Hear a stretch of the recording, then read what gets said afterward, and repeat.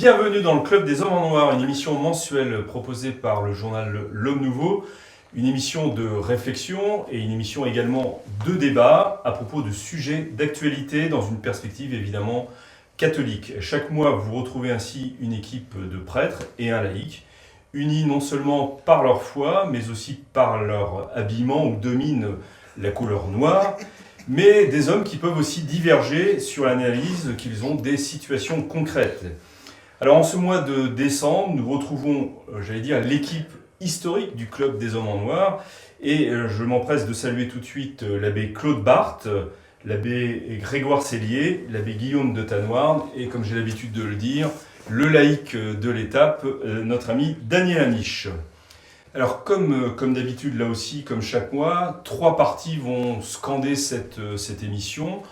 Dans la première partie, nous ne pouvions pas éviter ce sujet, nous traiterons des Gilets jaunes, ce grand mouvement social inédit. L'Église est-elle silencieuse, est-elle absente face aux Gilets jaunes ? L'Église a-t-elle d'ailleurs son mot à dire face à cette situation sociale très spéciale ?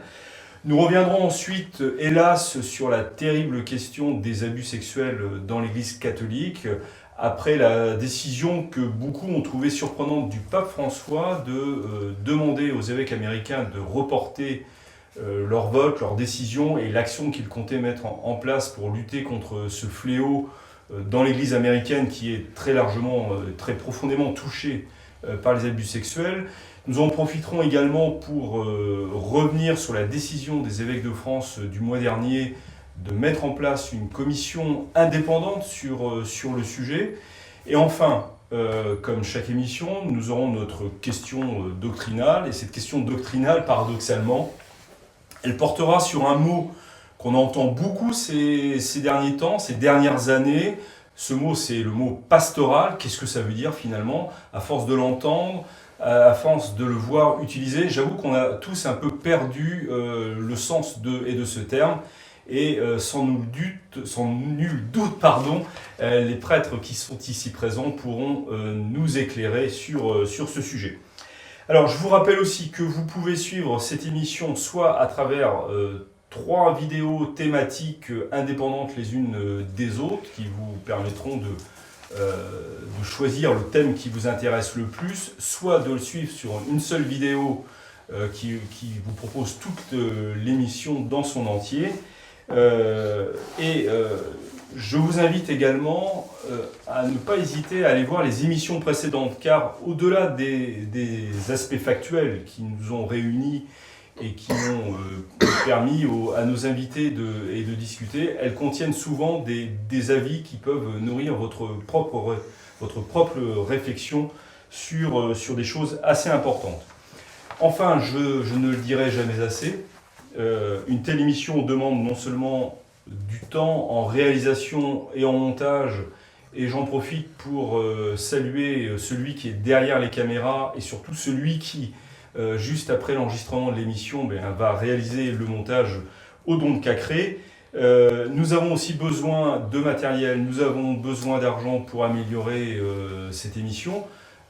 Tout simplement, pour être honnête, ça mobilise plusieurs personnes, ça nécessite donc des salaires, ça nécessite du matériel. Donc le moindre don, le plus petit don, surtout en cette fin d'année, que vous pourrez nous faire, nous aidera à améliorer cette émission. Vous le savez, nous ne sommes pas sponsorisés, nous ne sommes pas aidés par des grands patrons, même des grands patrons catholiques qui ont plutôt l'habitude de donner leur argent pour d'autres expressions catholiques, plus à gauche. Nous n'avons pas non plus de publicité, cette émission n'est pas entrecoupée de publicité, simplement par les interventions de l'abbé Barthes à ma droite. Donc si votre aide peut être là en don, je vous en remercie. Nous nous retrouvons dans un instant pour débuter ce club des hommes en noir. Alors, Gilets jaunes, la France est confrontée depuis plusieurs semaines à un mouvement social inédit, avec manifestations, occupation de ronds-points, blocage de péages autoroutiers, violence notamment à Paris. Étrangement, il me semble, nos invités nous diront ce qu'ils en pensent, on n'entend pas beaucoup l'Église de France à travers notamment sa hiérarchie, à travers les évêques. On n'entend pas beaucoup l'Église de France prendre la parole sur ce sujet alors qu'on l'a entendu de manière plus abondante sur d'autres sujets. Alors messieurs, les Gilets jaunes, d'abord, quelle est votre analyse sur cette situation un peu particulière ? Ensuite, l'Église vous semble-t-elle silencieuse ? Et puis enfin, si elle est silencieuse, d'ailleurs, l'Église a-t-elle à prendre parti ou à intervenir publiquement sur cette question, sur cette vaste question sociale ? Il me semble que justement les Gilets jaunes, c'est pas seulement une question sociale, c'est beaucoup plus profond et donc c'est beaucoup plus inquiétant. C'est-à-dire qu'il y a une mise en cause de la légitimité politique sur laquelle repose notre société et une mise en cause des options et des fins qui sont fondamentalement celles que nous avons reconnues et qui constituent notre contrat social aujourd'hui. Je veux dire par là que apparaît chez les Gilets jaunes une contestation de l'ordre libéral qui est l'ordre mondial aujourd'hui.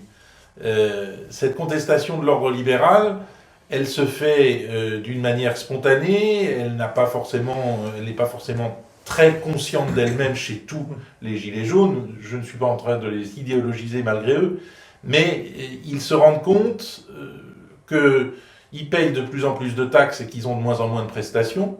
Voilà l'équation. Et que c'est le système qui veut ça. Et donc que c'est le système qu'il faut changer.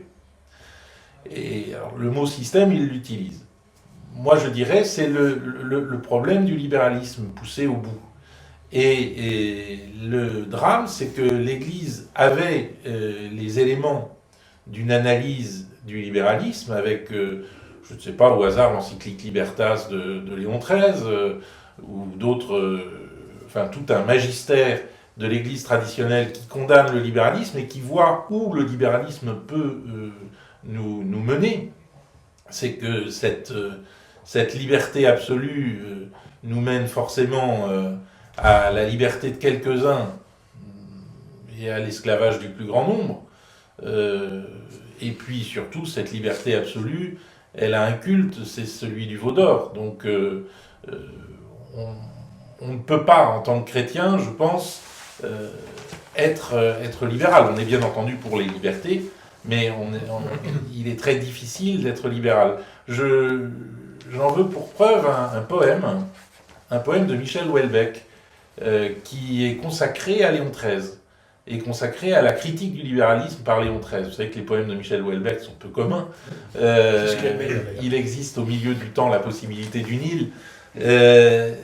Eh bien, Michel Houellebecq, je crois, voit dans l'Église l'un des remparts contre la destruction libérale. Malheureusement, les hommes d'Église d'aujourd'hui n'ont plus les moyens, n'ont plus le langage, n'ont plus la formation qui leur permettrait de faire face avec des mots. Alors, ils ne se taisent pas tous. Monseigneur Michel Aupetit a parlé de désespoir social, Monseigneur Xavier Mal intervient. C'est dans le constat, donc, mais il n'y a pas de document officiel, c'est vrai. Donc, il n'y a pas de... Alors pourquoi ce silence sur le libéralisme ? Puisque apparemment, si on suit l'analyse de l'abbé de Tanoirne, c'est bien le libéralisme qui est mis en accusation à travers tous les événements qui se passent aujourd'hui. Pourquoi ce silence de l'Église d'aujourd'hui sur le libéralisme, monsieur l'abbé Barthes ? Pourquoi ce silence ? En effet, par ce que dit l'abbé de Tanoirne, c'est-à-dire que l'Église aujourd'hui, du moins les hommes d'Église, les évêques, n'ont pas les moyens, ou ne veulent pas... Mais pourquoi n'ont-ils pas les moyens ? Mais parce qu'ils ne connaissent pas, tout simplement, le trésor de la doctrine de l'Église. Et celui qui concerne... Je suis tout à fait d'accord avec l'abbé Tanoirne, il s'agit d'une critique par les Gilets jaunes du libéralisme. Alors ça reste à ce niveau, je pense. Donc ça pourrait être plus profond. Parce que vous avez cité Libertas, on pourrait tout simplement citer Rerum Novarum. Oui, absolument. C'est ça, mais Libertas va plus loin. Libertas, c'est une critique non seulement du libéralisme, mais on va dire, du système démocratique comme tel. Ils n'en sont pas là, les Gilets jaunes. Ils ne sont même pas à exprimer, comme nous le faisons maintenant, une critique du libéralisme. Mais ça peut venir. C'est difficile. Certains sont en quête, par exemple, d'autorité. Oui. Certains disent le quinquennat, c'est trop de désordre, il faut revenir au septennat. Voilà, mais ça reste c'est paradoxal. Oui, mais c'est dans un cadre démocratique. Dans un cadre démocratique, c'est ce que je voulais dire. Mais oui, républicain, disons. Oui, si on veut. Enfin, bon, en tout cas... Là, en France, la démocratie n'a jamais tellement marché. Hein. C'est surtout la République qui fonctionne. Oui, ça ne marche nulle part. La République et son absolutisme. Quoi qu'il en soit, donc, la critique est en effet très intéressante. Et les évêques ne savent pas en parler. J'entendais ce matin Monseigneur de Troyes, Stenger, je crois qu'il s'appelle, sur Radio Notre-Dame, qui essayait de dire quelque chose. Bon, qu'est-ce qu'il a dit? Qu'il comprenait le trouble et la colère des Gilets jaunes, mais qu'il était contre les violences. Bon, c'est tout. On n'a rien dit gentil. Et en effet, il faudrait quelque chose de plus profond et qui leur explique finalement. Parce qu'au fond, ce qui manque aussi à ces Gilets jaunes, c'est des chefs et des penseurs. Je ne dis pas que je vous propose de l'être, mais...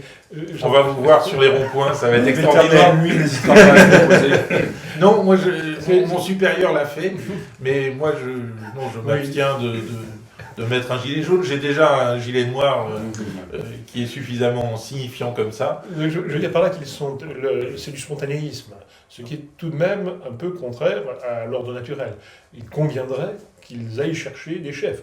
Mais c'est pas eux qui sont contraires à l'ordre naturel. Je pense que eux le cherchent vraiment. L'ordre naturel n'est pas l'ordre libéral. Or, on nous impose aujourd'hui l'ordre libéral. On nous impose des salaires qui sont de plus en plus bas à cause de la concurrence. S'ils veulent être et du chômage, et s'ils veulent attaquer le libéralisme, donc c'est vraiment une visée politique profonde, une visée insurrectionnelle. Et je ne dis pas qu'ils veuillent attaquer le libéralisme. Ils l'attaquent sans le vouloir, sans le savoir. Ils se plaignent des effets. Eux, leur problème, c'est qu'ils donnent de plus en plus de taxes et ils ont de moins en moins d'argent. Et de moins en moins de prestations avec les taxes. Ils sont de fait insurrectionnels, c'est bien, si on veut, mais encore faut-il pouvoir l'exprimer et le faire valoir moralement. Parce que c'est très bien de s'attaquer, faire brûler les voitures et ça. Donc la fin ne justifie pas les moyens, on n'a pas le droit de s'attaquer à des biens privés. C'était très bien. On retiendra ce propos. C'est bien. En soi. En soi, c'est bien de brûler les voitures. Non, c'est pas ce que j'ai dit. On n'a pas le droit, justement. La fin ne justifie pas les moyens, on n'a pas le droit de s'attaquer à des biens privés. Ça dépend des cas. Le privé peut être justement dans une vue insurrectionnelle, un méchant qu'il s'agit d'abattre. Mais les biens de l'État peut-être. Puis taguer l'Arc de Triomphe, très bien. Là, pour le coup, oui. À condition qu'on sache pourquoi on le fait. Ah, vous êtes paradoxal, vous. Alors, vous êtes pour le tag de l'Arc de Triomphe et contre l'incendie des voitures.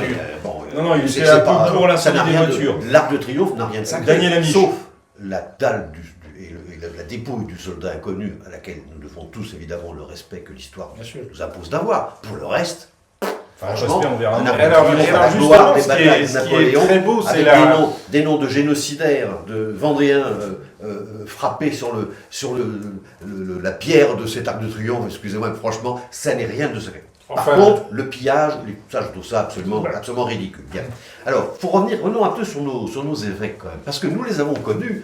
Enfin, vous êtes jeunes, mais enfin, avec M. l'abbé Barthes, nous en avons quand même vécu beaucoup. Nous les avons connus quand même beaucoup plus dizaines et loquaces sur les signes des temps. Il fut une époque, dans les années 60, où tout le monde scrutait au microscope à balai électronique, qui n'existait plus encore, d'ailleurs, les signes des temps. Là, ils ont des signes des temps sous les yeux et ils ne savent pas vraiment quoi dire.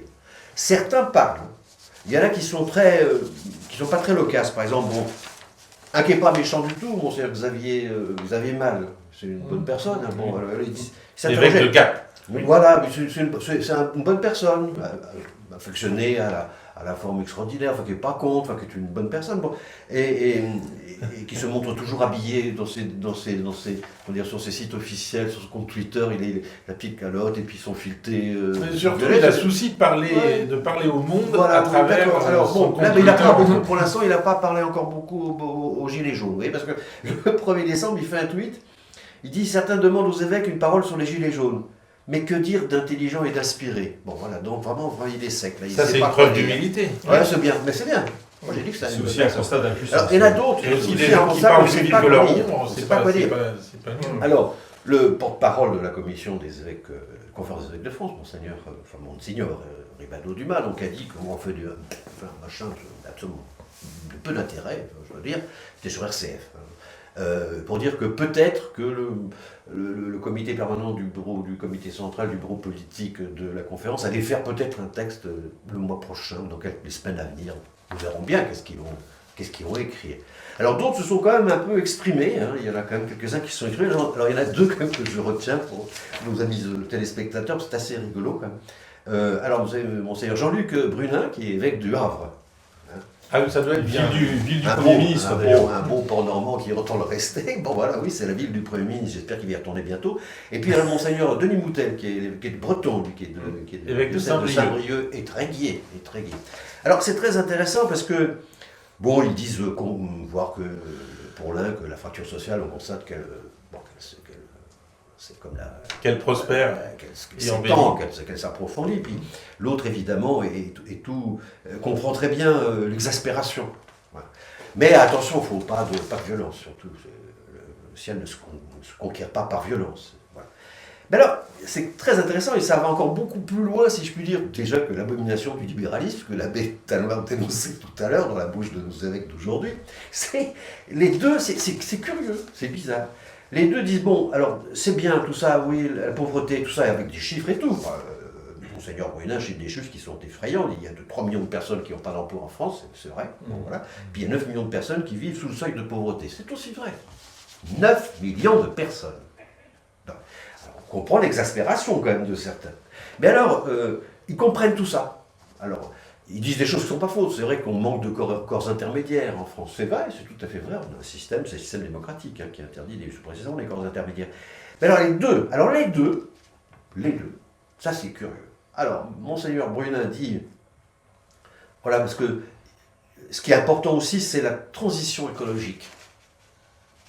Et alors, Monseigneur Moutet dit la même chose. Ce qui est à l'origine des taxes qui ont été prises par le gouvernement. Alors, Monseigneur Moutet dit, voilà, c'est bien, mais alors, il ne faut pas oublier les enjeux du climat et la transition énergétique. Alors, transition énergétique, si je peux me permettre ce jeu de mots, moi je préférerais une énergique transition vers un autre régime, si vous voulez. Mais bon, ce n'est pas le cas pour l'instant des évêques. Je veux dire, il y a une absence de... je crois qu'ils ne comprennent pas les enjeux. Et, encore une fois, n'oublions pas quand même que les évêques, en général, je ne nommerai personne en particulier, mais en général, ont contribué d'une certaine manière à faire élire Macron, dont il constate aujourd'hui les effets sur la partie la plus pauvre de notre population. C'était en gros plus de la moitié des Français. Voilà ce que je voulais dire sur la question des évêques. L'Église a-t-elle son mot à dire donc, dans cette situation, Abbé Cellier ? Moi, je vais évidemment dire le contraire des autres. C'est pour ça que je vous ai laissé pour la fin. Moi, je suis pas effrayé quand les évêques ne parlent pas, c'est plutôt quand ils parlent que ça m'effraie. Je pense que les évêques ont le devoir d'enseigner la doctrine sociale de l'Église et politique, de ce social et politique dont nous avons évoqué quelques documents, dans son intégralité. Or aujourd'hui, il reste 2-3 petites choses, accueillir l'autre, 2-3 bricoles, qui ne font pas la vérité de la doctrine sociale de l'Église. Ça, c'est le premier point.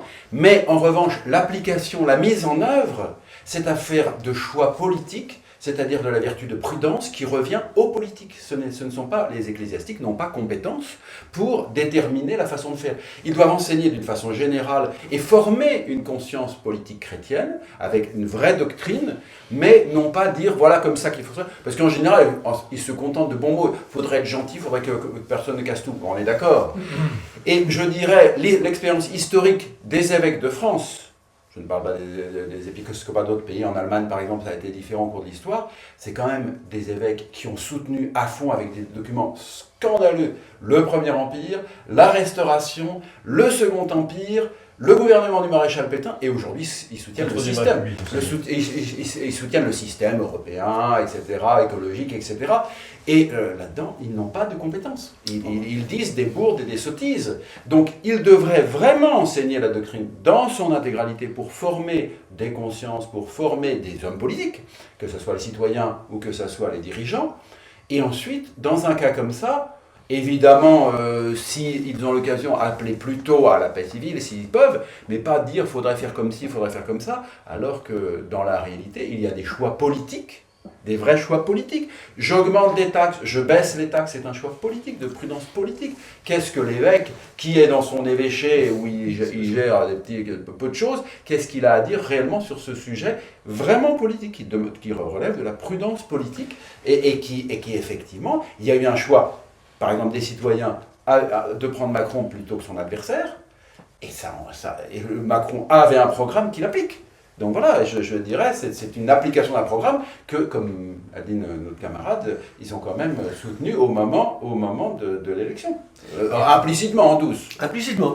Alors justement, on a l'impression depuis quelques années, puisqu'on parlait de transition écologique il y a un instant, que l'Église s'est quand même mise à la remorque du mondialisme qui prône justement tout un programme sur le climat, sur l'écologie, avec toutes les conséquences sur les populations que ça entraîne. Et de ce fait, est-ce que l'Église, dans sa hiérarchie aujourd'hui, au moins en France, n'est pas un peu gênée par le fait que la population, elle, subissant les effets directement, c'est le libéralisme, plus globalement c'est le mondialisme qui est la matrice de ce libéralisme, la population donc subissant les effets des décisions d'Emmanuel Macron, certes, de ses prédécesseurs, également de l'Europe, de ce système mondial finalement, mais comme les évêques comme l'Église même, semble s'être mise à la remorque de cette pensée, de cette vision, est-ce qu'ils ne peuvent rien dire en fait? Mais parce qu'ils n'ont pas de doctrine, parce qu'ils n'ont pas la doctrine. Vous voyez, il y a une doctrine, je lis un gros ouvrage de Pierre Pirard sur l'Église et les ouvriers. Je suis arrivé sur Rerum Novarum, où il y a 4 parties, dont une grande partie de critique du socialisme, une partie de critique du libéralisme, et puis ensuite une application aux... Et il dit, ouais, ces 2 parties sur la critique du socialisme et sur la chrétienté, tout ça, ça vaut pour rien. Ce qui est important, c'est ce qui est...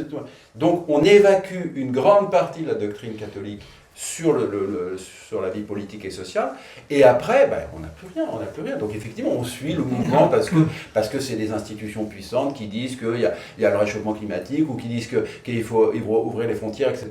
Il n'y a aucune réflexion. Qu'est-ce qu'ils y connaissent en doctrine sociale et politique de l'Église, les évêques? Rien. À mon avis, ils n'ont jamais lu une seule encyclique sérieusement de leur vie. Ils ont lu Laudato aussi, parce que ça revient à peu près dans tout le discours. Justement, le Laudato si est intégré aujourd'hui dans le corpus de la doctrine sociale. C'est un tout petit votre point. 3e partie, c'est l'enseignement pastoral. Déjà, on parlait je veux dire, c'est un tout petit point par rapport à il y a quand même une vaste somme de la doctrine sociale et politique de l'Église, dans lequel qui remettrait en cause un certain nombre de choses et qui remettrait en perspective, et dans lequel moi, j'avoue que je suis étonné de vous entendre parler de la doctrine sociale de l'Église comme si c'était un corpus mis à jour, up to date. Pour moi, malheureusement, ce sont des vieux livres qu'il importe d'abord d'adapter aux circonstances actuelles. Et qui le fait? Personne. Donc le problème, c'est que aujourd'hui, on attendrait peut-être de la hiérarchie ecclésiastique, des évêques et du pape, une mise à jour de ce corpus. Quand Léon XIII s'est engagé... Que vous citiez vous-même, je vous le rappelle quand même. Le début de votre intervention, c'était de référer à Libertas de Léon XIII. Mais quand Léon XIII s'est engagé, il était en pleine actualité, et une actualité brûlante, en particulier en France. Bon. Quand aujourd'hui, on peut invoquer ces vieux livres. C'est ce que vous avez fait, monsieur l'abbé, c'est ce que je veux vous dire. Mais on peut invoquer ces vieux livres, je le fais. Donc on peut invoquer ces vieux livres, mais ce n'est pas suffisant. On est bien d'accord. Il faut une mise à jour de la doctrine sociale. Toute la question qui est posée. Et c'est ça qui manque. Oui, mais l'action populaire des jésuites, que j'aimais pas beaucoup, mais avant la guerre, justement, était un institut de doctrine sociale et politique. Où est-il aujourd'hui? Où y a-t-il des gens qui travaillent sur la doctrine? Le Rerum Navorum est issu de l'Union de Fribourg, qui était donc le rassemblement des catholiques sociaux à travers le monde, qui se réunissent et qui ont apporté à Léon XIII un certain nombre. Où est, sous l'impulsion des évêques, un travail en confiant pour qu'il y ait vraiment une adaptation? Oui, je suis d'accord, parce qu'effectivement, il faut tenir compte, par exemple, de la transition écologique. Elle est une chose relativement nouvelle, donc elle doit être intégrée. Mais moi, je suis admiratif devant le document Laudato Si. Je pense que c'était important de prendre position sur la question écologique, par exemple, que le magistère de l'Église avait jusqu'ici laissé de côté, mais qui, le temps passant et les hommes se multipliant, est effectivement quelque chose sur lequel on ne peut pas ne pas parler. Alors c'est pas tout à fait exact ce que vous dites, parce que depuis Pie XII, cette question est abordée. Oui, mais alors Pie XII a le don d'aborder les questions, mais mieux les noyer. Vous pouvez pas tout dire, vous pouvez pas dire que ça n'a jamais été abordé, puis ensuite Pie XII avait commencé à l'aborder, Jean-Paul II et Benoît XVI aussi. Le premier, Laudato Si s'inscrit dans cette perspective. Elle s'inscrit dans cette perspective, mais pour une large part de Laudato Si, dans une perspective, on va dire, démagogique, pour approuver ce qui se dit, pas tout, j'entends bien. Moi, je pense qu'il y a un vrai problème climatique, et je pense qu'il y a un vrai défi dans une sagesse écologique qui vient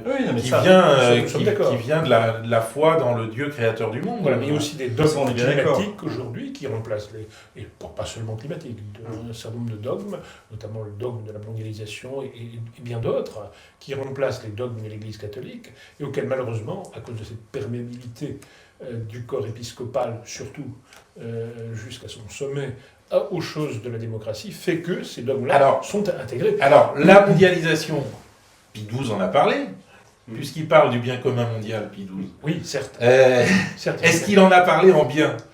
Est-ce qu'il n'y aurait pas lieu d'analyser le magistère de Pie XII, de prendre une certaine distance vis-à-vis de telle ou telle de ses intuitions? Et de le compléter et de le préciser. Voilà, mais qui le fait? Nous sommes tous d'accord sur ça. Au fond, les évêques ne parlent pas parce qu'ils n'ont rien à dire. Ils n'ont rien à dire depuis environ 50 ans. Et ils n'ont pas les moyens de le faire et ils n'ont pas envie de le faire.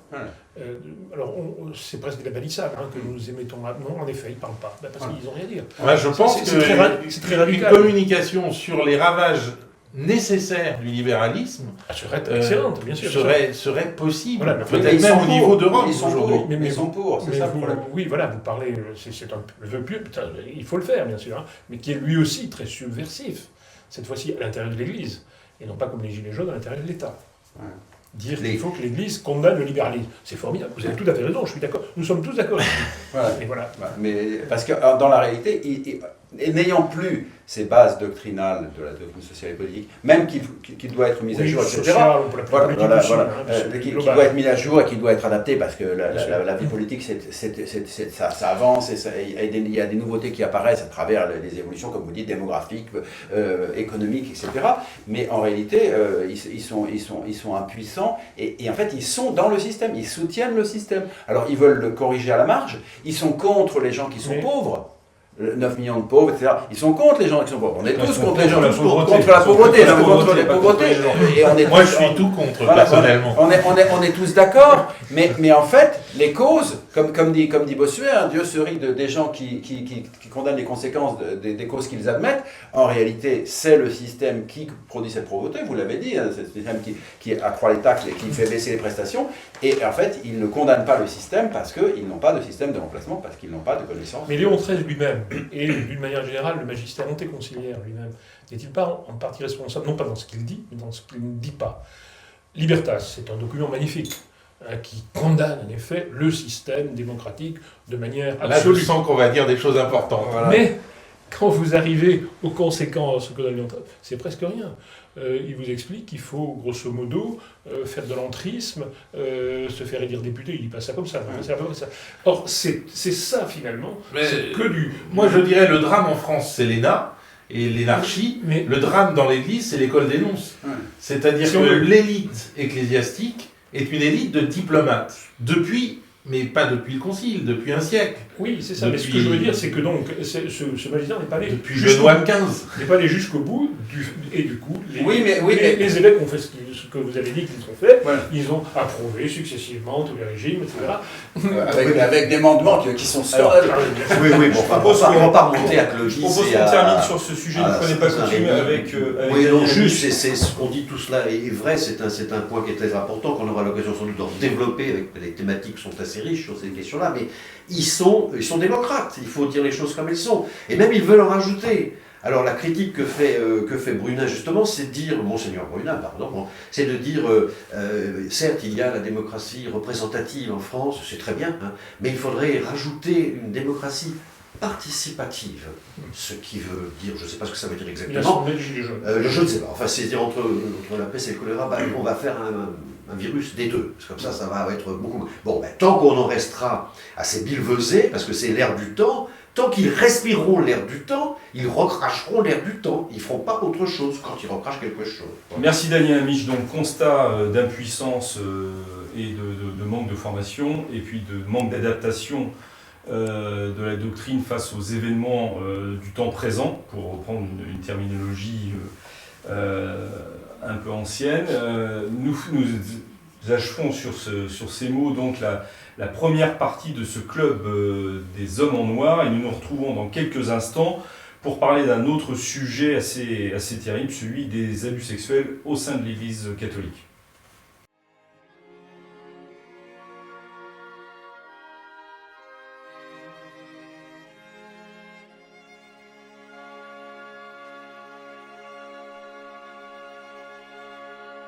Nous nous retrouvons pour cette deuxième partie du Club des Hommes en Noir, consacrée cette fois-ci aux abus sexuels au sein de l'Église catholique. C'est un sujet que nous avons évidemment déjà abordé, mais récemment le pape François a demandé aux évêques américains qui étaient réunis en assemblée plénière de reporter leur décision, leur vote sur ce sujet. Une demande du pape qui a évidemment surpris. Il invoquait le fait qu'il y aurait une réunion internationale qui aura lieu au Vatican au mois de février prochain. En attendant, pourquoi cette demande du pape, au-delà au-delà du calendrier, les évêques américains ont été surpris. Certains s'en sont réjouis, disant que pesait quand même sur leurs épaules un poids très lourd. Daniel Amiche, tout le monde le sait, vous êtes un spécialiste de l'Église catholique un connaisseur aux États-Unis, ou un connaisseur si vous préférez. Je vais donc commencer par vous. Quel est votre regard sur cette demande du pape et sur la réaction des évêques américains face à cette demande? Sur la demande du pape, je dirais que la synodalité en a pris un bon coup dans les ailes. Là, ça va l'empêcher de marcher pendant un certain temps. La question de l'Amérique est une question très spécifique, puisque les Américains ont déjà souffert, enfin l'Église américaine a déjà souffert d'un premier séisme, tremblement de terre, c'était en 2001, souvenez-vous, à Boston, dans le Massachusetts. Et c'est souvent les séismes, il y a des répliques qui arrivent comme ça, soit dans les 45 minutes, soit quelques dizaines d'années plus tard. Et cette année, qui n'est pas encore écoulée, donc 2018, il y a eu un premier séisme, c'était les révélations de l'affaire McCarrick, ancien cardinal, parce que maintenant il n'est plus cardinal, mais qui est toujours là, archevêque émérite.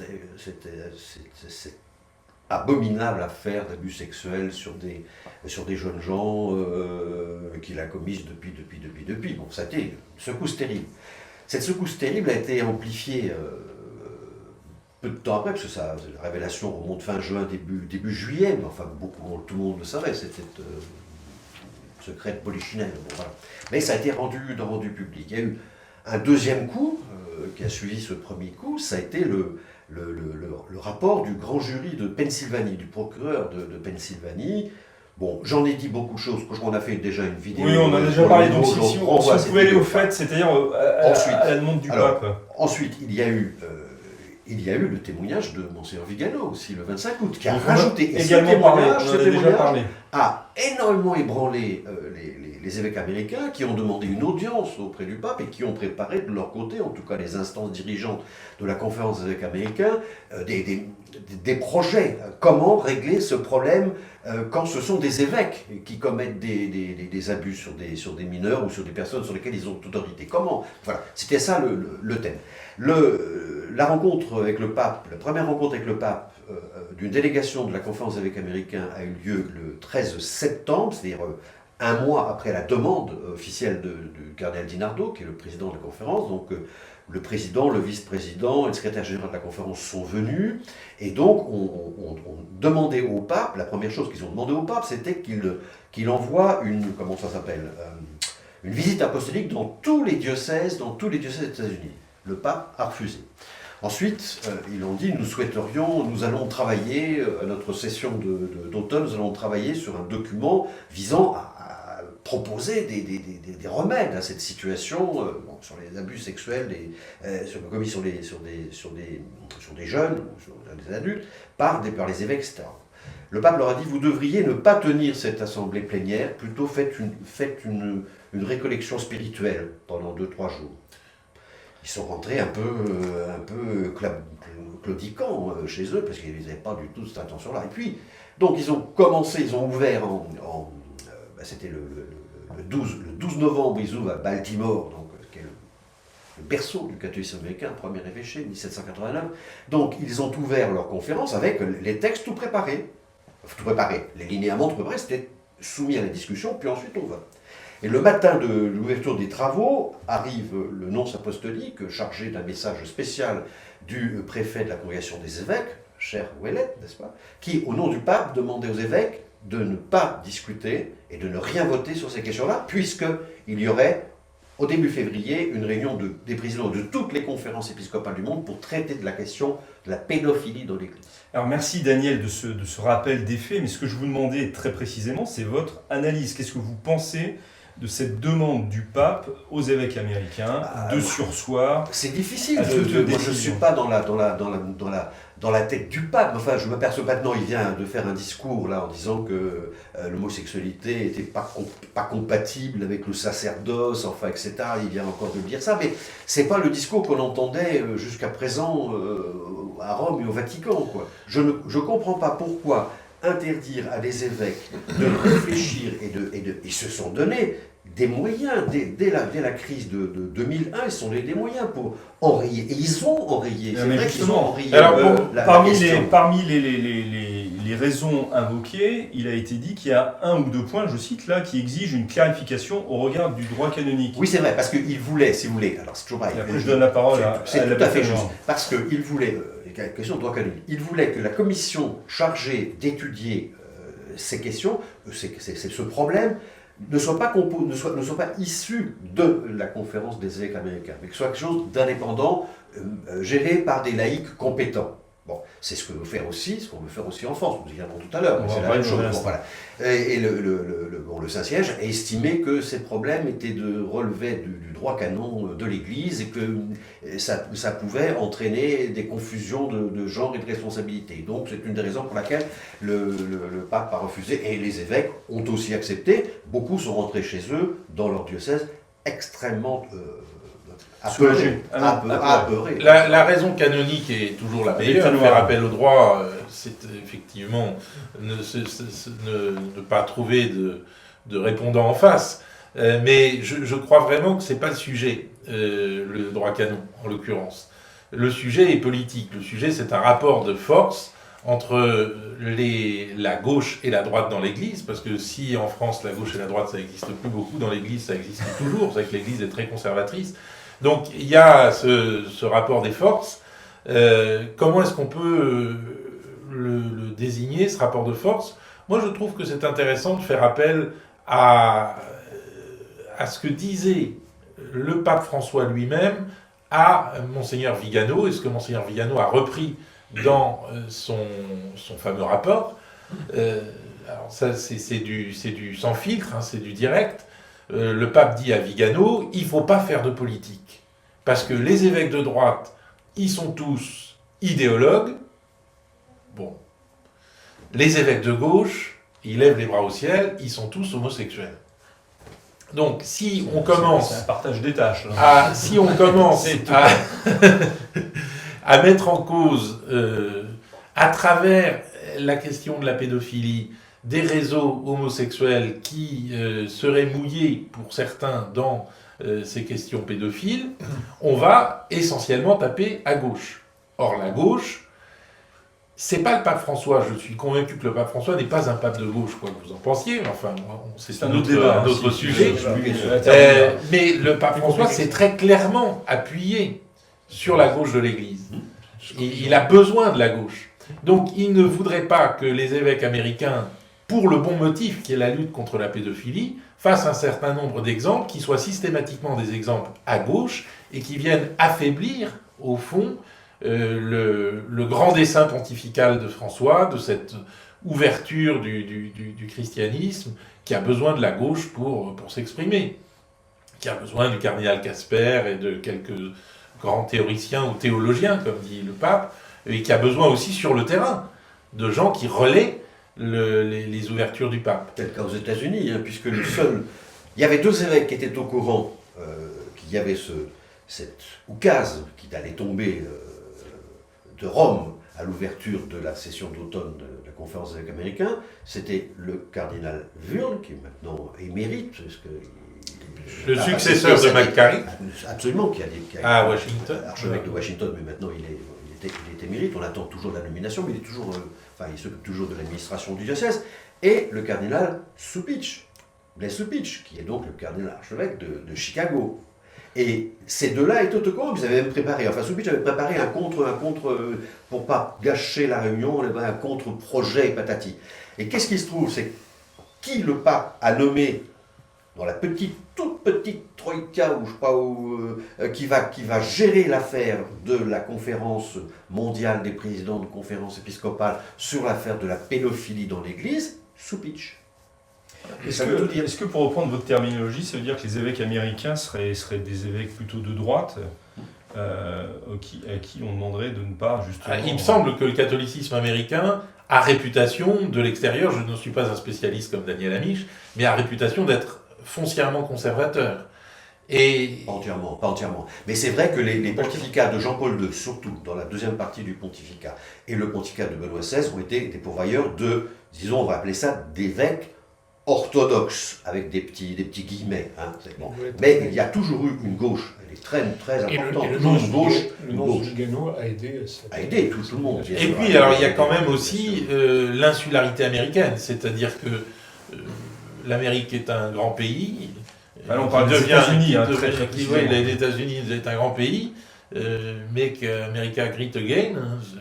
Je sais bien mes sources, puisque vous jouez sur les mots. Donc, le Vatican est un tout petit pays, 44 hectares à côté de l'Amérique. Et largement financé par... c'est pas très facile pour le Vatican je vais employer un anglicisme, de driver les évêques américains qui sont conscients de ce qu'ils représentent. Mais ils représentent financièrement, mais aussi idéologiquement. Le pape François drive très bien. Alors, si vous pouvez essayer de parler français sur dans cette émission. Mais c'est lui qui a commencé. Enfin, gère assez bien la chose. Il l'avait dit d'ailleurs, je ne sais pas si c'était Viviano ou un autre, il avait dit moi je veux des évêques aux États-Unis qui ne soient pas comme Chaput. Chaput, c'est l'archevêque de Philadelphie qui aurait dû être cardinal. Et il n'a pas été cardinal, on a préféré Cupich, qu'il a nommé dans un grand siège de Chicago. Bon, voilà. C'est très intéressant quand même. Pourquoi? Parce que Chaput c'est un enfant français, comme vous le savez tous. C'est un Potawatomi, mais c'est un rouge, mais c'est un Français d'origine par son arrière côté paternel. Bon, voilà, donc c'est quand même c'est très intéressant. Si on pouvait écouter l'abbé Cellier, qui reste stoïque face à cette grave question. Non, mais je dirais, il faut quand même rappeler que le temps médiatique, surtout avec les médias en continu, n'est pas le temps juridique, le temps de la justice. Donc il est normal qu'il y ait des retards, etc., le temps de prendre en compte l'ensemble des éléments. les mouvements MeToo et autres sont quand même des mouvements qui créent de l'injustice parce que celui qui est accusé ne peut pas se défendre, n'a pas le droit à la parole, etc.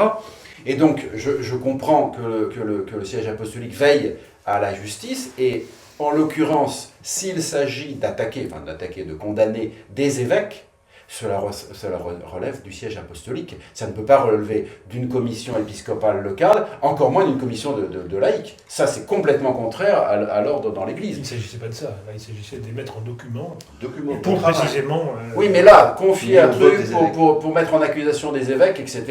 Et c'est là que, effectivement... Moi, je suis un peu effrayé par ce que vous dites. Hein.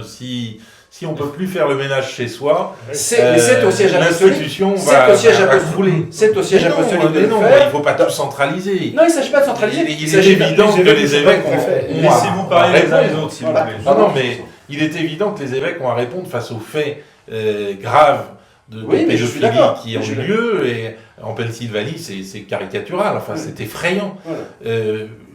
Leur enlever toute initiative et toute parole, c'est quand même quelque chose de ce qu'on peut écouter la Attention, le jugement dernier d'un évêque ne peut être fait que par le siège apostolique, qui peut envoyer des missiles Dominici. Il n'y a pas que les évêques qui sont... C'est eux dont il s'agit. Là, il s'agit des évêques. Il ne s'agit pas des prêtres, puisque l'Église américaine a déjà pris des mesures qu'ils ont mis en œuvre. Là, il s'agit de débusquer des évêques qui auraient participé à ces actes-là, et de les condamner, de les exclure, etc. Et donc, effectivement, je trouve anormal, parce que la demande de la direction était la bonne, de faire une visite canonique systématique en mobilisant 100 évêques, s'il le faut, ou assimiler, pour vraiment faire le ménage, et condamner tous ceux qui doivent être condamnés, mais selon le droit canonique. Parce que sinon, je veux dire, vous aurez des laïcs, des commissions de laïcs, etc., qui ne respecteront en rien... Ouais, je veux dire... C'est le contrat. Oui, c'est le contrat. Les évêques d'une province peuvent juger, ça c'est toujours fait dans l'Église. Peuvent juger. Oui, mais attention. Les évêques de cette province. Ils peuvent juger, mais le dernier appel est toujours au pape. Comme non. Ah ben, comme le magistère. Là, c'est ne rien dire. Enfin, je veux dire, la Cour de cassation, elle est à Rome, c'est la signature. Voilà, mais donc effectivement... Et que les évêques américains aient une initiative, c'est une bonne chose. Voilà. Donc ils pensent bien. Non, mais je n'ai rien contre. Mais ils sont allés demander des choses, ensuite ils ont proposé des choses. Là, je ne sais pas pourquoi le pape, peut-être il attend cette décision de cette réunion internationale, etc.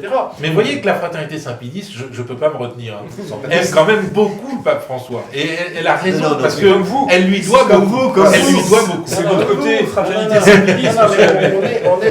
Justement, on est dans le temps de la justice. Et il faut respecter les instances de la justice, parce que sinon, c'est le jugement médiatique. Le temps de la justice, ça fait longtemps qu'il court. On est en retard sur la justice. Non, mais c'est là qu'il y a vraiment une faute, et c'est là qu'il faut vraiment intervenir. Un problème fondamental de toutes ces affaires, c'est que la justice ecclésiastique ne fonctionne plus. C'est là qu'on s'en remet finalement à la justice. Il faudrait le faire. Et si on s'en remet systématiquement au Vatican, l'Église perd toute crédibilité localement. Je ne dis pas de s'en remettre systématiquement. Et avant cela, à la justice d'État, ce qui n'est pas normal. Voilà. Alors, un évêque, par exemple, dans son diocèse, devrait pouvoir juger immédiatement, et de lui-même, juger vraiment. Oui, mais dans l'affaire McCarrick, justement, McCarrick a été dénoncé, il a été dégradé, et ensuite il a été remis en piste. Voilà la faute. C'est là qu'est la faute. C'est une faute pontificale. Non, il y a une autre faute dans l'affaire McCarrick, c'est qu'on a perdu 30 ans. Voilà. 30 ans en disant c'est pas nous qui sommes compétents. Daniel, s'il vous plaît. La question, c'est très court. La question, c'est que le problème est double. Pour ce qui est des États-Unis, je pense pour la France, c'est la même chose. Il y a à la fois un problème d'abus sexuels sur des mineurs de la part de prêtres, de religieux, et aussi un problème de dissimulation des faits par les évêques. Donc, le premier volet a été traité dès 2002, c'est la conférence de Dallas qui a réglé le problème. Maintenant, on voulait passer au volet 2, c'est-à-dire celui des évêques qui avaient couvert ces choses-là. Alors, les évêques américains se sont dotés, nationalement, pour l'ensemble de la conférence, et pour chaque diocèse, de ce qu'on appelle des Review Boards. Et puis, à Washington, c'est le National Review Board. Bon, un review, c'est un conseil qui est organisé par l'évêque, mais essentiellement avec des laïcs, des spécialistes, pour voir l'application des décisions qu'ils ont prises, si c'était fait ou pas fait, etc. Je pense que le document sur les évêques était dans le même esprit. Ce n'était pas de constituer un corps totalement étranger à l'Église, de gens indépendants, qui pourraient dire ce qu'ils veulent, etc. Parce que ça existe déjà. Ça s'appelle les procureurs aux États-Unis. Bon. Mais c'était d'avoir, dans une synergie convenable et appréciable, d'avoir une belle osmose entre l'évêque, qui est le patron du diocèse, et puis ceux qui vont travailler sur ces questions et tirer des conclusions et tirer des enseignements et donner un certain nombre d'éléments à l'évêque pour prendre ses décisions en bonne et due forme. Voilà, je crois que comme ça on a résumé le roi. Alors donc je ne comprends pas cet emballement du Saint-Siège. Ce que je vous propose, c'est que on traverse l'Atlantique et qu'on passe à la décision des évêques français sur le même sujet, qui est la création d'une commission indépendante. On est vraiment dans la suite du sujet, d'une commission indépendante pour régler ces cas d'abus sexuels avec des enquêtes pouvant aller de 18 à 24 mois, je crois. Est-ce que ça arrive trop tard? Est-ce que c'est suffisant? Est-ce que là aussi, on tape à côté, si vous me permettez l'expression? Moi, je dirais qu'une telle initiative est absolument inédite et qu'elle montre bien que l'institution est à couillat sur ce sujet et qu'elle a besoin d'une validation extérieure. En France, une validation extérieure, ça pourrait être une validation de gens foncièrement hostiles.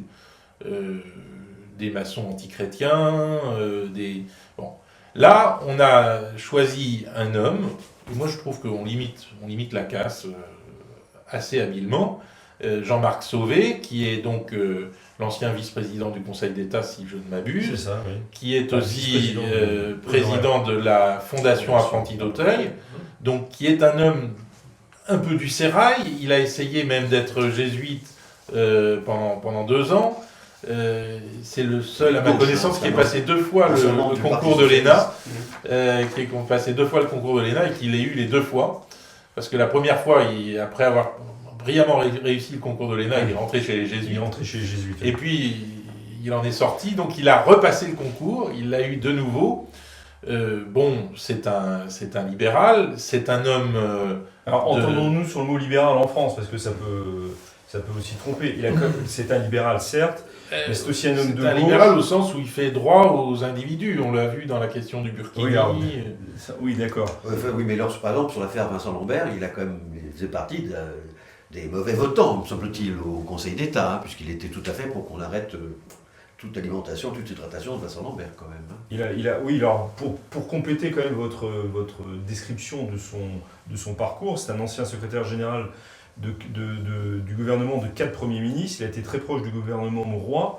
Donc c'est quand même aussi quelqu'un qui n'empêche pas, qui n'enlève aucune compétence, mais c'est pour faire une présentation un peu plus... Non, mais c'est un catholique de gauche incontestable, on va dire. Pratiquant, qui ne le cache pas sans le... Et donc, il me semble que c'est vraiment un bon choix. Il est incontestablement de gauche, mais on peut le contester quand même. Vous êtes d'accord? Il est incontestablement... Oui, mais on peut le contester, mais comme personnage officiel... Je veux dire qu'il peut valider les résultats d'une commission d'enquête de façon claire et certaine, parce que ce que se dit l'Église de France, c'est qu'il y a quand même beaucoup moins de cas d'abus sexuels sur mineurs qu'aux États-Unis ou que dans d'autres pays anglo-saxons, et que l'Église de France n'a pas grand-chose à perdre à ouvrir ses archives et à ouvrir ces presbytères pour une inspection en bonne et due forme. Et je pense qu'étant donné le problème de crédibilité de l'Église aujourd'hui avec cette question des abus sexuels, c'est pastoralement plutôt une bonne chose. Merci pour ce qui est une transition un peu tôt, mais sur le prochain sujet.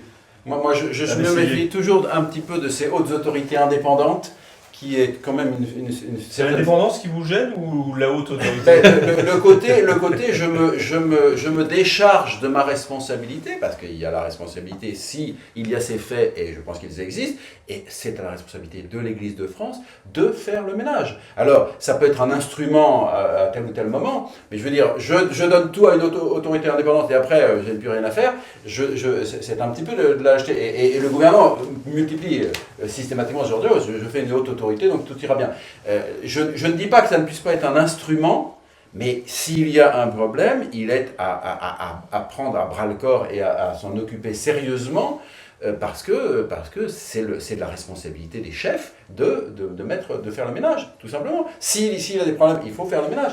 Cette haute autorité, enfin, vous voyez, cette commission indépendante peut servir à éclairer, Le problème, c'est que les chefs sont parfois mis en accusation. C'est le cas du cardinal Barbarin, par exemple, qui est très critiqué sur son silence. D'où on revient à la chose suivante. Il faut bien, si on veut attaquer les évêques eux-mêmes, il faut une autorité au-dessus d'eux et non pas une autorité à côté d'eux. On n'y peut rien. Vraiment, je partage le point de vue de la Messie, tout en rajoutant quand même des éléments. Parce qu'il y a des choses qui m'échappent quand même un petit peu. Pourquoi créer une commission ? Quand on est en difficulté, c'est quand même la première mesure qui vient à l'esprit. La première mesure qu'on a quand on est un corps et qu'on est en difficulté, c'est que le corps prenne la responsabilité de régler ce problème en interne. Non pas pour le cacher, attendez l'abbé, non pas pour le dissimuler, mais simplement pour avoir les informations. Les informations doivent remonter diocèse par diocèse. C'est très important. Mais les évêques ne sont pas obligés de faire remonter les informations. Une commission extérieure, à ce type association ou je ne sais pas quoi, n'aura pas le pouvoir de demander aux évêques d'aller fouiller dans ces archives pour savoir quels sont les prêtres qui ont commis des prévarications depuis les années 50 ou 60 ou même les années 40. L'évêque dira allez vous faire cuire un œuf. Il aura raison. La seule possibilité, si il n'y a pas d'autorité de la conférence épiscopale sur les évêques, qui sont patrons dans leur diocèse, c'est la justice. C'était la tentative, souvenez-vous quand même, qu'avaient lancé nos camarades de Témoignages chrétiens, ce grand journal qui est passé en 80 ans de la résistance à la collaboration. Alors, comment ? Idem Goliath. Idem Goliath. Oui, mais alors justement, l'initiative de Témoignages chrétiens était dangereuse parce qu'elle consistait à remettre le diagnostic sur l'Église de France à des gens qui apparemment lui ont été hostiles dans le passé, alors que là, je pense qu'on a trouvé la bonne personne. Non, on a trouvé une personne qui n'est pas hostile. Une commission d'enquête parlementaire, enquêter sur quoi ? Est-ce qu'il y a eu un scandale majeur dans l'Église qu'elle est en France ces derniers temps qui montre que non, il y a très peu. Les cas sont, c'est hallucinant. Il y a les cas connus. Les cas connus. Justement, c'est ce que la commission va faire ressortir. Les cas connus. On vient, mais ça, il faut déjà. Écoutez, moi j'ai lu, je me suis tapé la lecture du rapport là, sur la pédophilie, parce que c'est un rapport de 15 pages, il ne parle que de pédophilie. Alors, c'est le rapport de la conférence épiscopale. Oui, épiscopale. C'est atterrant, c'est affligeant d'un point de vue sociologique, d'un point de vue criminologique, c'est affligeant. Très peu de statistiques, aucune idée de l'âge des victimes. Oui, mais aucune idée de l'âge des victimes, aucune idée. Mais c'est comment voulez-vous qu'on tire des conclusions si les évêques ne sont pas vous apportez de l'eau au moulin de Jean-Marc. Mais ça c'est aux évêques de le faire. Ils peuvent le faire. Bon, sont les évêques appliqués. Ils l'ont pas fait. Le fait est qu'ils l'ont pas fait. C'est trop tard. Donc ils se défaussent. Donc c'est hallucinant. C'est hallucinant. Qui fera peut-être du bien, hein. Mais ils se défaussent de leur responsabilité. Et ça ne résoudra pas le problème. Nous terminons sur ce sujet important avec l'abbé Barge. Je suis de l'avis de l'abbé Tanoir, les choses étant ce qu'elles sont, c'est un bon choix. Ça ne donnera pas grand-chose. Bon. Mais le problème profond est celui de la justice dans l'Église. L'Église, chaque évêque notamment, doit rendre justice. Il n'a pas à se défausser sur quelque commission que ce soit, mais surtout pas... Mais ça peut être une commission d'information, parce que justement Daniel Amiche montrait combien les informations remontent difficilement. Je suis d'accord. Ah oui, vous êtes d'accord, donc...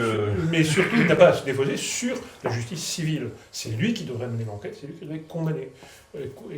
Avec la justice ecclésiale. Voilà, c'est sur ces paroles que nous terminons ce deuxième thème du Club des Hommes en Noir de ce mois de décembre. Je crains que nous revenions dans les mois qui viennent sur ce sujet, ne serait-ce que parce qu'en février prochain, il y aura cette grande réunion autour du Saint-Père à Rome. Nous nous retrouvons dans quelques instants.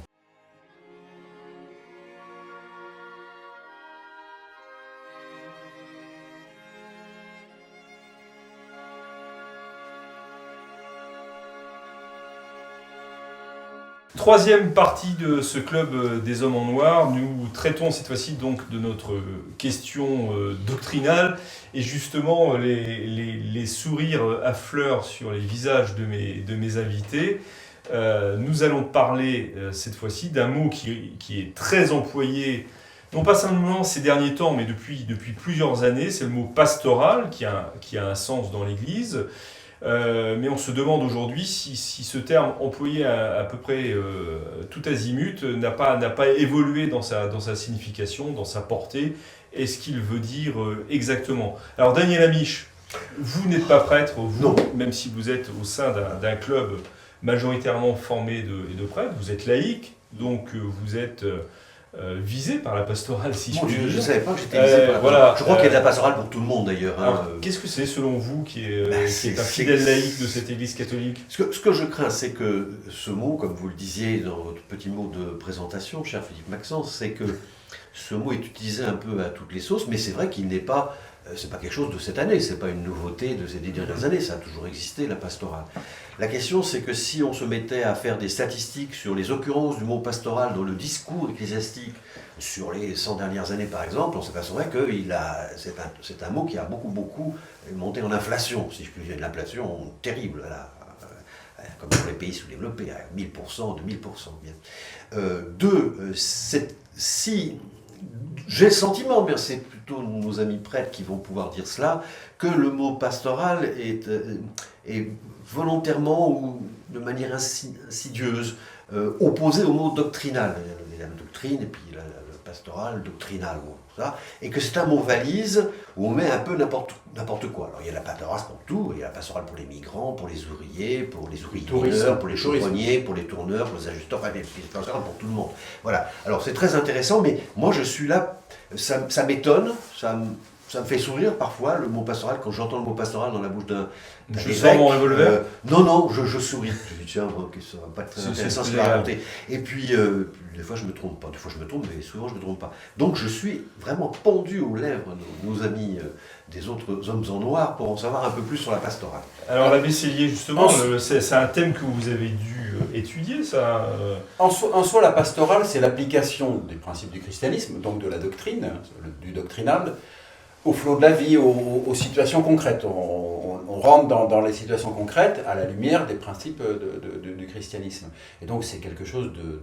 C'est la vie de l'Église, c'est la vie normale de l'Église, c'est-à-dire que l'évêque, le prêtre sont le pasteur de leurs brebis et les guident et les éclairent à partir des principes de l'Évangile, tout simplement.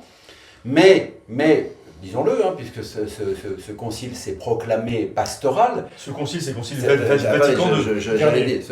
Donc le concile Vatican II s'est dit pastoral en s'opposant en quelque sorte au doctrinal. C'est-à-dire que le pastoral serait autre chose que le doctrinal. Il serait une nouvelle catégorie qui ne serait pas directement l'expression... Dogmatique. Pas doctrinal, dogmatique. Voilà, ça. Qui ne serait pas l'expression de ces principes de la foi, mais qui serait une façon de procéder.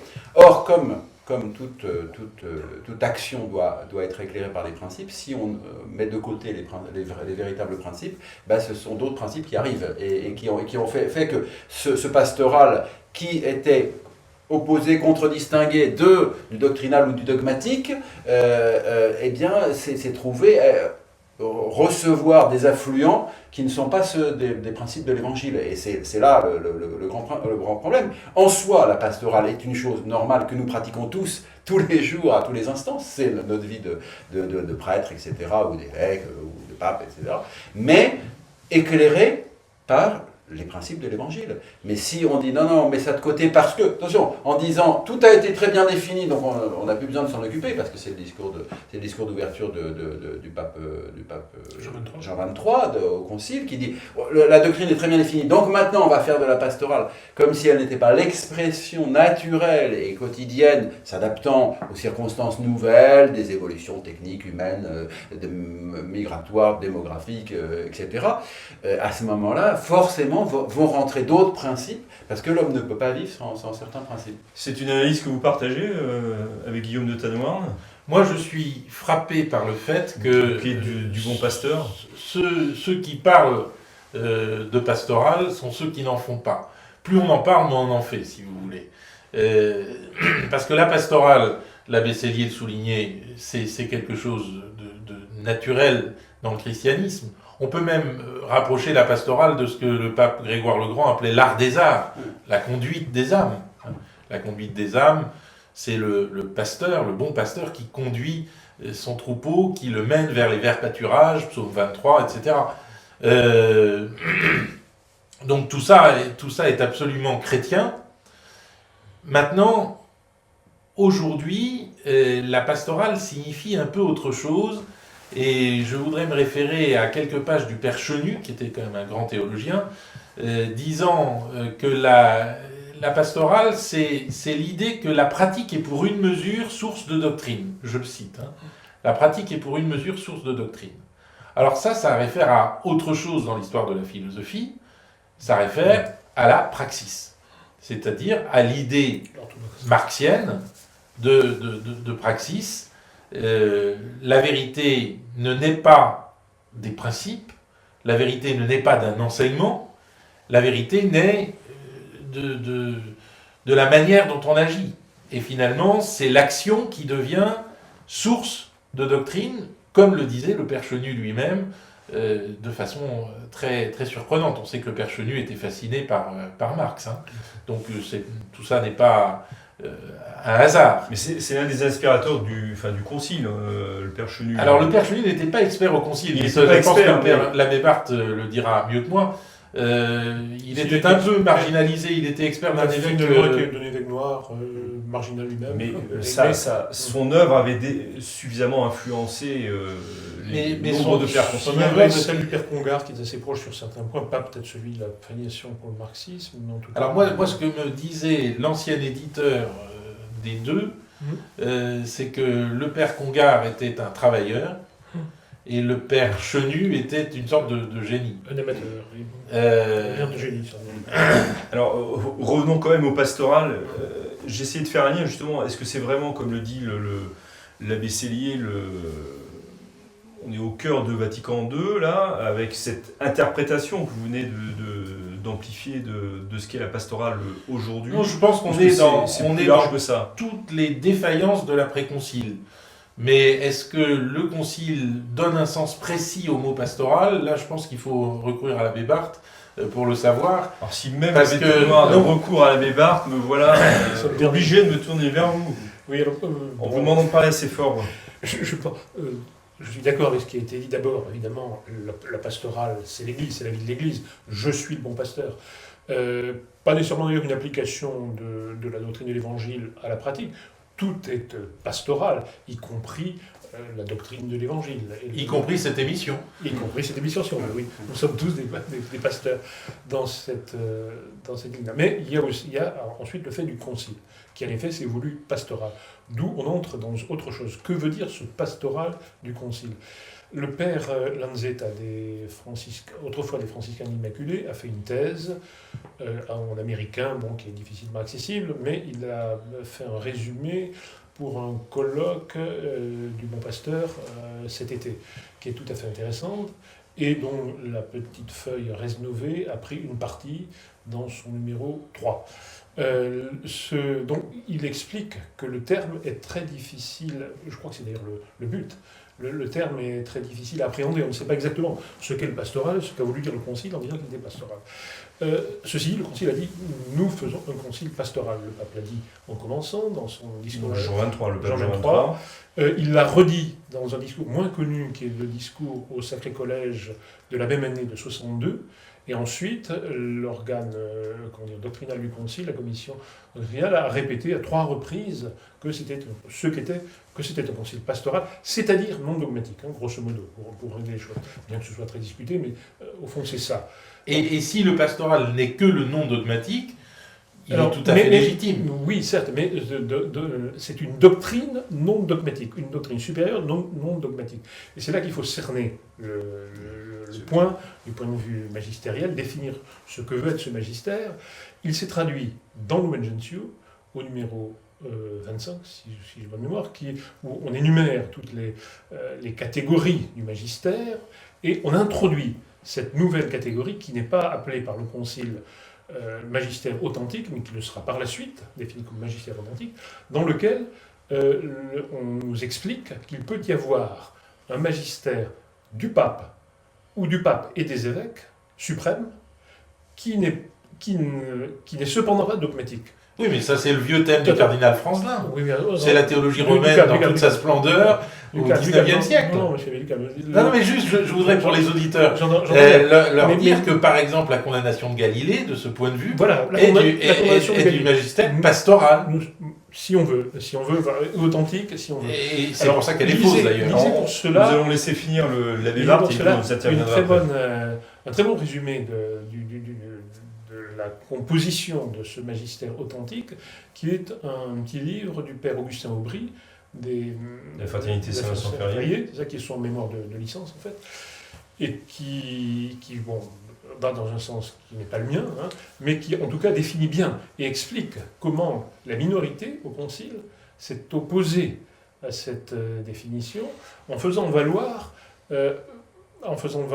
Humani Generis spécialement, hein, de Pie XII, dans lequel il est parlé justement du fait que le magistère du pape peut, lorsqu'il décide que telle chose est une doctrine, hein, qu'on n'y revient plus, c'est au fond définitif. Autrement dit, on peut passer, le magistère suprême n'est pas nécessairement infaillible, nous sommes d'accord, mais il est arrimé à l'infaillible et peut, s'il le désire, à tout moment, passer à l'infaillible. Or, ce magistère-là, en quelque manière, dit « non, je ne suis pas infaillible ». Et le magistère du Concile, si on veut définir les choses, dit « je ne suis pas infaillible », ce qui est très grave, parce qu'il est quand même doctrinal. Et il va émettre... Mais il y a bien du doctrinal qui n'est pas infaillible. Il va émettre... Oui, non, mais... Non, alors, ce qui est toujours un magistère de congrégation, pas celui du pape. Parce que là, on arrive à la question bien plus difficile encore. Enfin, dès que le pape ouvre la bouche, il n'est pas infaillible pour autant. Absolument, mais il peut l'être. Donc il y a bien du doctrinal qui, dans la bouche du pape, n'est pas infaillible. Il peut l'être, il ne s'empêche pas de l'être.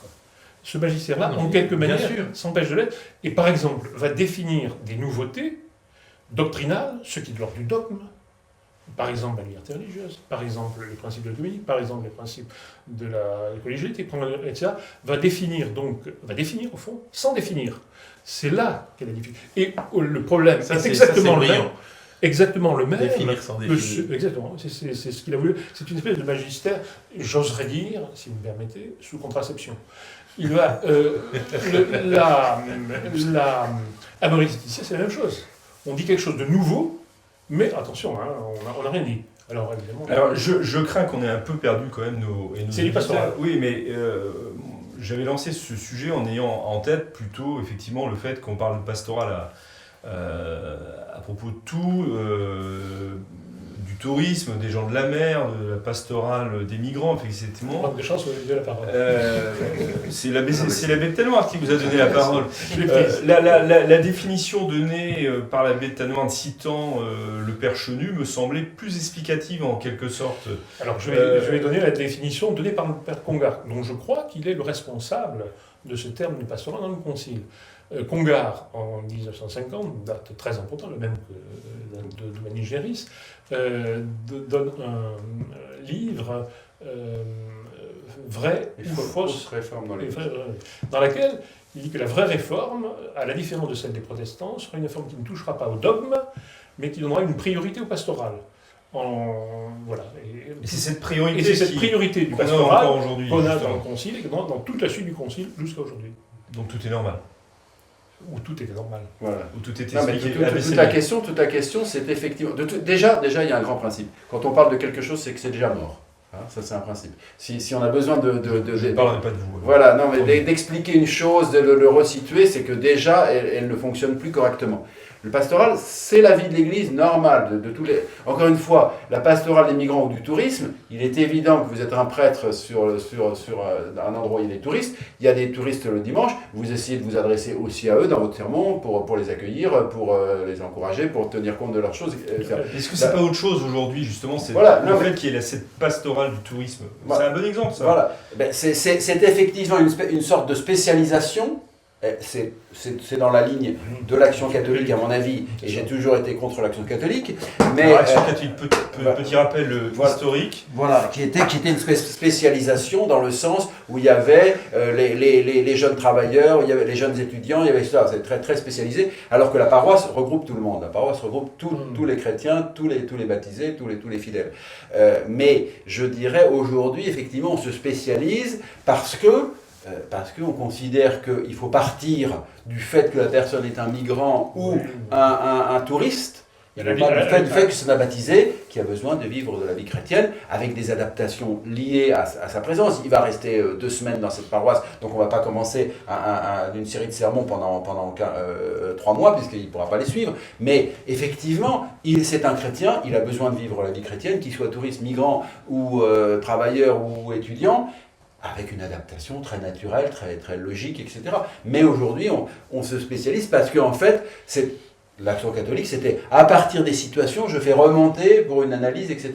On est dans cet esprit-là. Et quand c'est un étudiant qui est migrant et qui fait du tourisme, voilà, fait-on. Voilà, on arrive à une espèce de spécialisation. Il faut bien une certaine spécialisation. Ce que vous attaquez à juste titre, c'est la spécialisation, on va dire, bureaucratique, voilà, celle des bureaux romains qui sont sur...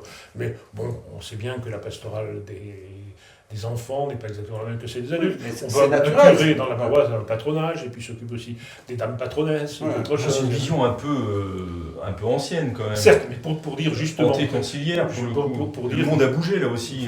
Oui, mais a quand même changé. Pour dire simplement que une certaine spécialisation peut être aussi traditionnelle. Mais en effet, cette bureaucratisation de la pastorale, ça c'est pas bien. Avec Tanoir, ça vous laisse sans voix. Finalement. Il me semble qu'on oublie quelque chose, mais j'essaye de le définir, et je crois nécessaire, surtout aujourd'hui, dans une société aussi terriblement libérale, comme nous disions dans la première partie, je crois qu'il faut arriver à rejoindre les gens dans leur vécu pour les attirer à la foi, pour leur montrer que leur vie est cette aventure spirituelle qui est axée par la foi. Et là, il me semble qu'il y a un effort pastoral à faire, c'est-à-dire qu'il y a un effort doctrinal de présentation de la foi à des gens qui ont leurs problèmes particuliers. Qu'est-ce que je vais vous dire simplement, j'ai été prêtre en Afrique pendant 2 ans. Je n'ai pas présenté la foi en Afrique comme j'essaye de la présenter en France. C'est la même pourtant. C'est aux mêmes conditions. Mais fondamentalement, les mots ne sont pas les mêmes. Il y a un effort d'expression, il y a un effort de forme qu'il faut faire. Lorsque la société est chrétienne et que tout roule et que tout va de soi, eh bien on peut se dire... peu importe, finalement, les gens ont une autonomie chrétienne qui les porte chacun vers le ciel. Mais quand cette autonomie chrétienne n'existe plus, quand le christianisme devient inévident, dans une société athée, c'est forcément le cas, parce que prononcer le nom de Dieu, c'est déjà prononcer un gros mot, eh bien, il me semble nécessaire de réfléchir à la doctrine chrétienne, qui n'est pas le dogme. Là, je pense que l'abbé Barth a une distinction très importante. Et cette doctrine chrétienne, elle ne sera pas la même lorsqu'elle est formulée à l'intention du bobo parisien ou lorsqu'elle est formulée à l'intention du migrant ou du gilet jaune, etc. C'est pas la même chose. Donc c'est un effort d'adaptation de principes, enfin au minimum c'est un effort d'adaptation de principes doctrinaux qui sont pérennes et qu'on doit transmettre à différentes... On retrouve quand même la catégorisation... La dogmatique est pérenne. La dogmatique est pérenne. Alors, autre question qui est... Vous avez tout à fait raison, mais tôt ou tard, il faut quand même enseigner, enfin il faut tout de suite même, en adaptant la compréhension, enseigner le credo et dire que c'est le credo, qu'on doit le croire. Et ce que vous dites de la société libérale... Il faut enseigner le credo, les commandements et les sacrements. Et comme tel. C'est le catéchisme. C'est le catéchisme. Comme un credo. On doit croire. Oui, bien sûr. Et justement, ce que vous dites de la société libérale, là, justement, il n'y a pas d'adaptation à la société libérale, mais le fait d'expliquer dans une société libérale, et l'erreur radicale, à mon avis, depuis 50 ans, c'est que, justement, on a fléchi, même là, devant la société libérale, on a voulu adapter le message, ce qui n'est pas le cas, ce qui n'est pas ce qu'il faut faire. Voilà, non seulement le message, mais la qualité du message. C'est-à-dire qu'on a peur du dogme, en quelque sorte. Comme on a peur du rite en liturgie, on a peur de ces arêtes dans le fond et dans la forme. Alors que le dogme est le grand atout de la pastorale. Tout à fait. Alors, je voudrais Et après, je vous demanderai quand même, pardon de vous interrompre, je vous demanderai exactement de repréciser, après avoir écouté les Besselier, la distinction que vous faites entre dogme et doctrine. Ouais. Mais s'il vous plaît, nous écoutons les Besselier. Ouais. On revient au Concile Vatican II, qui a été donc le concile pastoral qui a ouvert les vannes à cette chose-là. Le problème n'est pas nouveau, puisque le Concile de Trente avait fait une double série de décrets. Décrets dogmatiques et décrets de réforme. Donc le décret de réforme touchait la vie de l'Église. Par ailleurs, ces décrets dogmatiques se sont mués petit à petit en pastoral, dans la mesure où les évêques et les prêtres l'ont mis en œuvre dans la vie de l'Église. Vous avez un exemple pour nous faire saisir cet aspect-là ? Toute l'adoration du Saint-Sacrement, par exemple, qui repose sur le décret dogmatique sur la présence réelle, ensuite a été diffusée largement dans la vie de l'Église. Je dirais que le problème se pose dès le début de Vatican II, par le fait qu'effectivement le pape et puis l'ensemble des institutions disent que ça va être pastoral.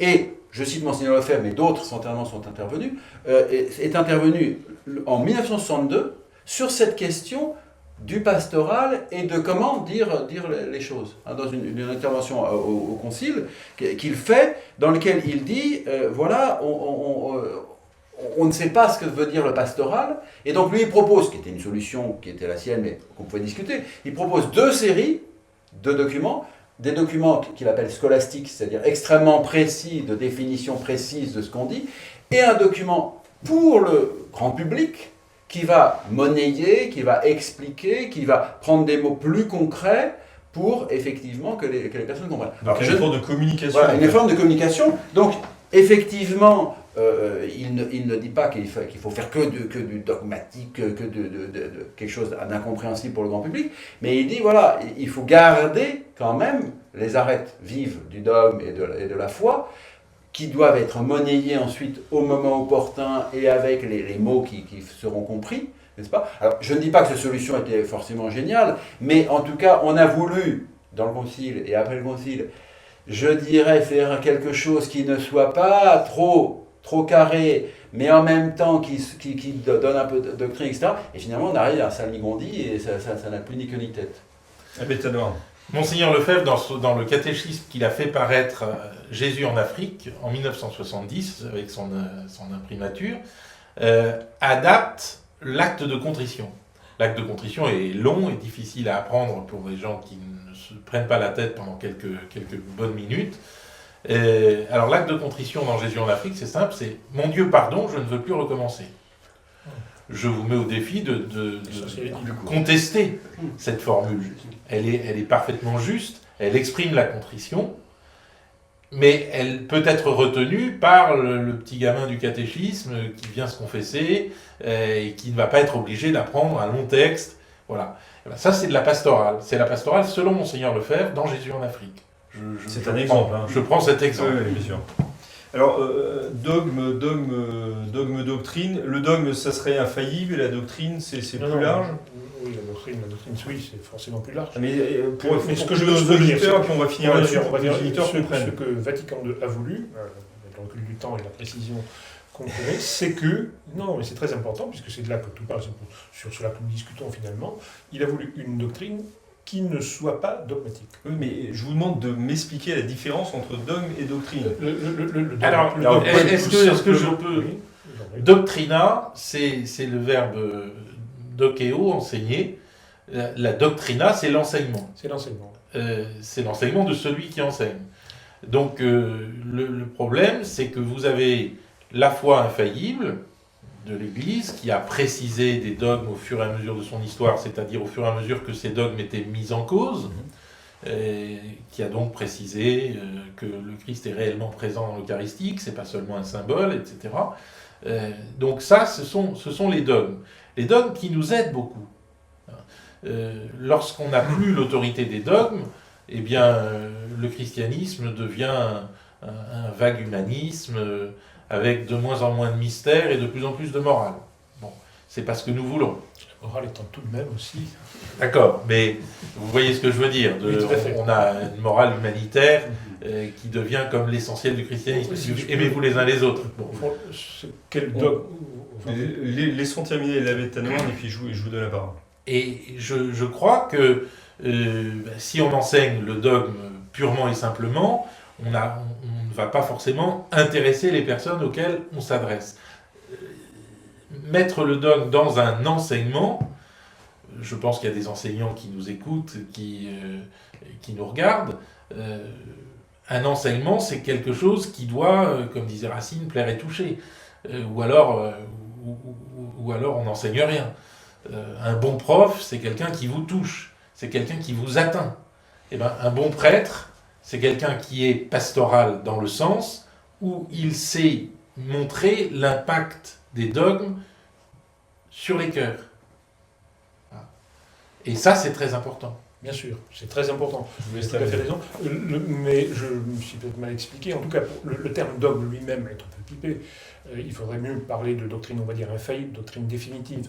La différence est essentiellement là, entre l'obligation de croire, qui est faite quand le pape et les évêques s'expriment, ils disent, voilà, ça, il faut le croire. C'est la foi catholique. Et ce qui n'est pas encore. Autrefois, on pensait que le pape s'exprimait beaucoup plus facilement, il se faisait beaucoup moins d'ailleurs, mais beaucoup plus de cette manière-là. Et on distinguait entre le pape docteur public, qui ne se trompait pas parce qu'il obligeait à croire, et le pape docteur privé. Voilà, c'est cette distinction entre obligation de croire ou non qui a été flouée très gravement par le Concile Vatican II. Merci beaucoup. Finalement, c'était bien une question doctrinale que de poser cette question du sens du terme pastoral. Avant de terminer tout à fait cette émission, nous sommes pendant le temps liturgique de l'Avent. C'est une nouvelle année liturgique qui commence et bien sûr, nous vous souhaitons une bonne année chrétienne. Nous avançons vers Noël et en quelques mots, j'aimerais que chacun de vous peut-être émette un souhait de Noël pour achever cette émission, enfin pour terminer cette émission et non pas pour achever les téléspectateurs. Que Jésus naisse non seulement à Bethléem, en Judée, il y a 2000 ans, mais qu'il naisse au fond de chacun de nos cœurs, lorsque nous nous demandons ce que nous pouvons bien faire sur cette planète. Oui, je partage bien totalement que nous croissions en sainteté auprès du Christ et que nous l'attendions avec plus de ferveur. Venez Seigneur Jésus. Que l'Église retrouve un peu de la splendeur de sa sainteté pour sauver les âmes, par notre Seigneur Jésus-Christ évidemment, hein, parce que nous avons parlé de scandales, nous avons parlé d'insuffisance et dont nous sommes nous-mêmes touchés, hein, mais que l'Église retrouve toute sa splendeur de sainteté pour aider au salut des âmes. Cher Daniel, vous aurez le mot de la fin. Difficile, que Jésus, dans sa naissance, soit aussi présent au cœur de tous ceux qui souffrent, et notamment des Gilets jaunes. Voilà, un très saint Noël à tous et à toutes vos familles. Nous nous retrouvons le mois prochain et l'année prochaine pour une nouvelle émission du Club des Hommes en Noir. D'ici là, que Dieu vous garde.